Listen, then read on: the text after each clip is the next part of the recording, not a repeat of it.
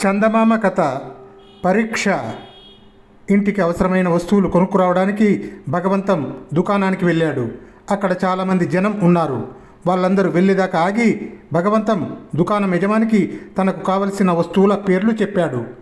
దుకాణం యజమాని భగవంతానికి వస్తువులన్నీ ఇచ్చి వాటి మొత్తం ఖరీదు ఎంత అయిందో చెప్పాడు. భగవంతం డబ్బు ఇవ్వగానే దుకాణం యజమాని వాటి ఖరీదు తీసుకొని మిగతా చిల్లర ఇచ్చాడు. భగవంతం ఆ డబ్బు లెక్క చూసుకొని ఆశ్చర్యపోయాడు. దుకాణం యజమాని పొరపాటున 10 రూపాయలు ఎక్కువిచ్చాడు.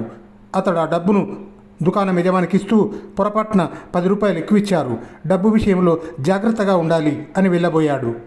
దుకాణం యజమాని భగవంతాన్ని ఆపి, మీరు పొరపాటున 100 రూపాయలకు బదులు 200 రూపాయలు ఇచ్చారు. డబ్బంటే ఏమాత్రం లెక్కలేని వాళ్ళు కొందరు ఇలాంటి పొరపాట్లు చేస్తుంటారు. ఇలాంటి డబ్బు తిరిగి ఇవ్వడం కన్నా ఏ పేదవాడికో దానం చేయడం మేలు. ఇలా అనుకొని మిమ్మల్ని పరీక్షించాను. నేను ఎక్కువిచ్చిన ఆ 10 రూపాయలు తీసుకొని మీ దారిన మీరు వెళ్ళి ఉంటే నేను మీరు అధికంగా ఇచ్చిన 100 రూపాయలు మీకు ఇచ్చి ఉండేవాడిని కాను. ఇప్పుడు మీ నిజాయితీ నాకు ఆనందాన్ని కలిగించింది. మీ 100 రూపాయలు మీరు తీసుకోండి అంటూ 100 రూపాయలు ఇచ్చేశాడు.